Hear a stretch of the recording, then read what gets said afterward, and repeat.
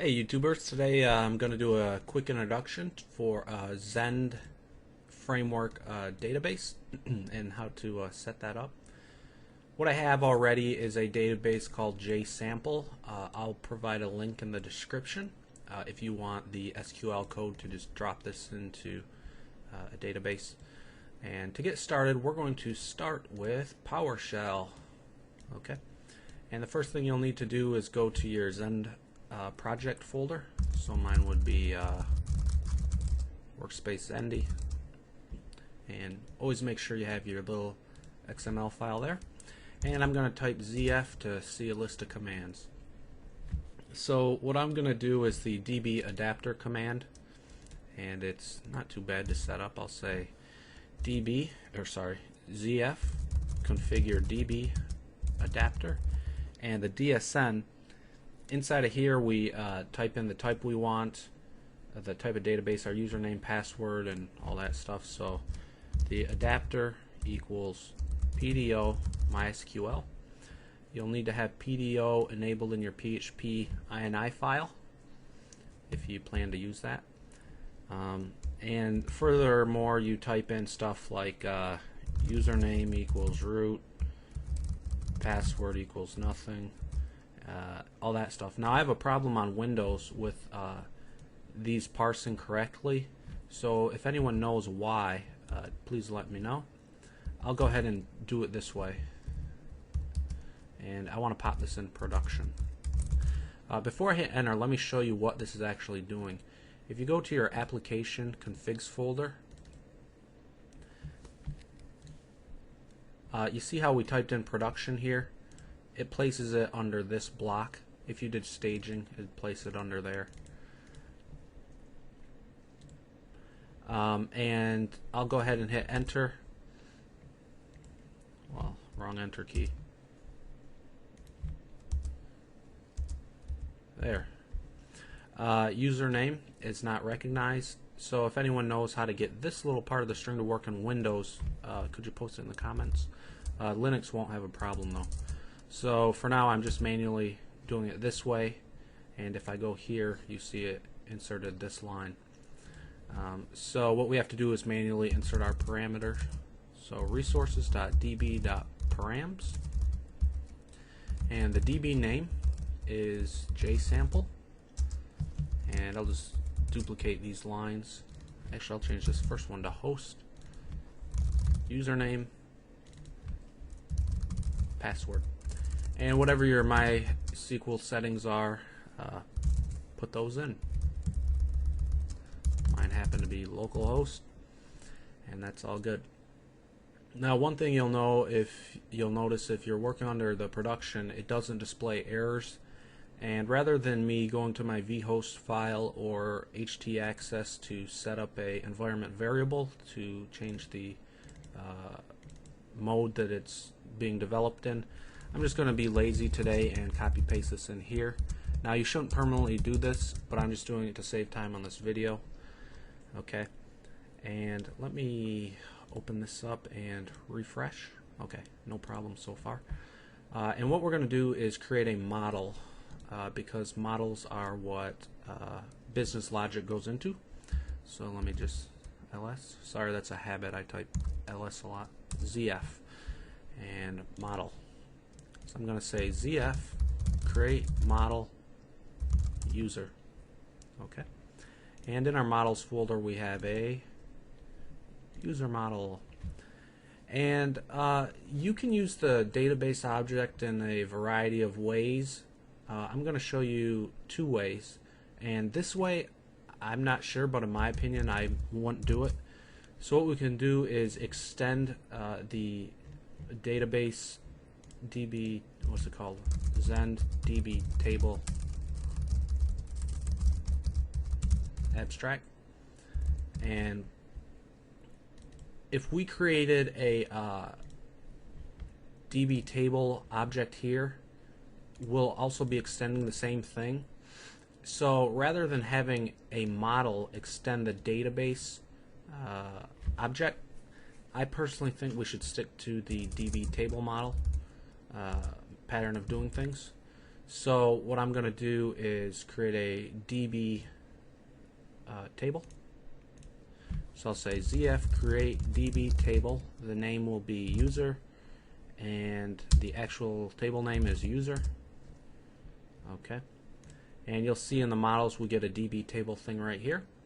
And I'll open this up, and it's called user. And you'll notice the class name is different than this one.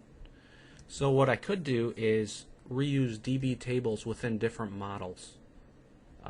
So for example, I have a user model here, but let's create another model real quick. Oops. ZF create model register.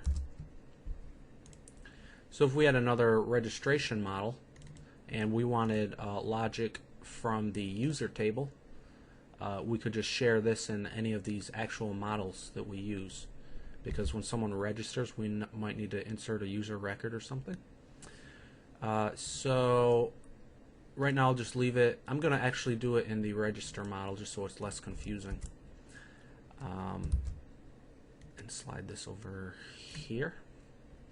So what is this right here? This is the name of the table, okay?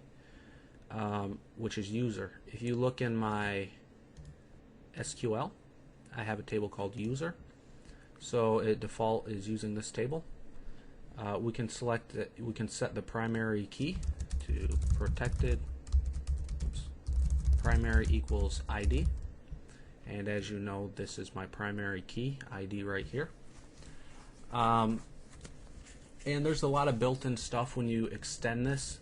So what we're going to do is actually use this to insert a user, and what I'm going to do is double click this, go into register, and I'm going to create a public function and create user, and I'll say DB table user equals our DB table object, and DB table user insert. And you're like maybe thinking, where does insert come from? Insert actually comes from the Zend DB table abstract. If you were to go into your Zend framework library files, apps, Zend framework, libraries, and let's see, DB table abstract. Here she is. Big file. I don't have my function list on the side, but you'll see it has a lot of stuff we can set. Here we're setting the table name right here, the primary key, and I'll keep going down, and let's look for insert.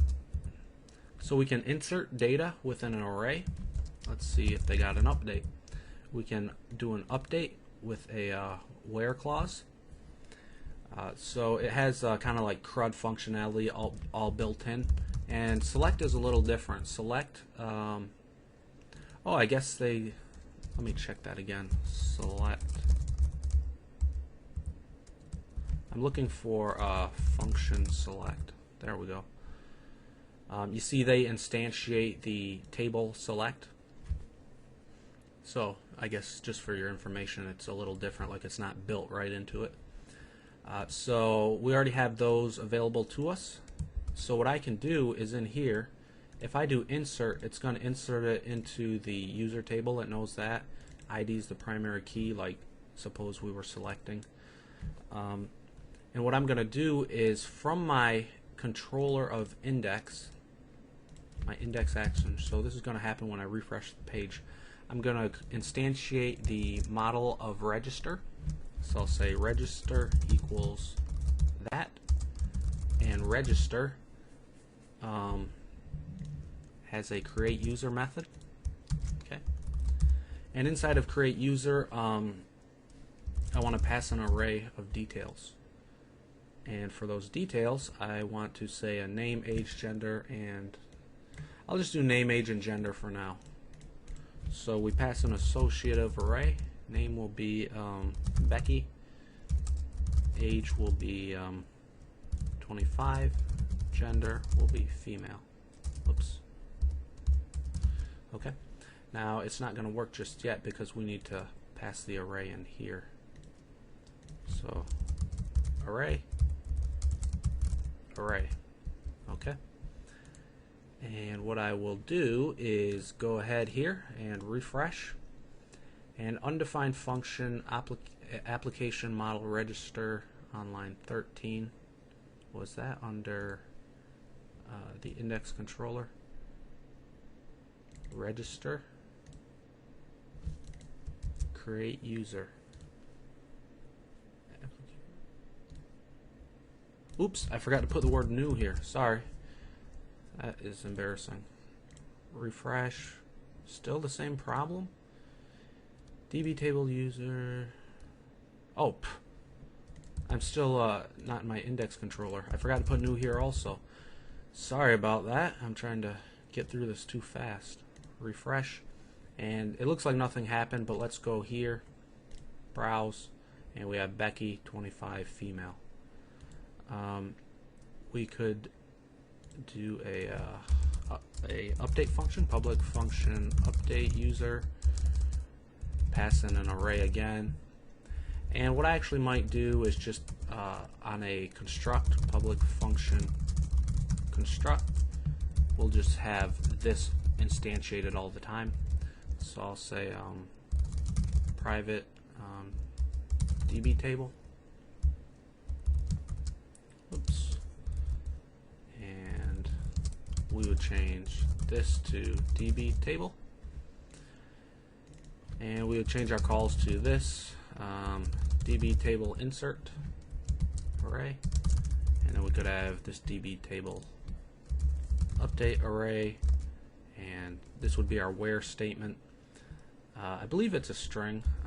I think we just do ID equals ID. Let's try that.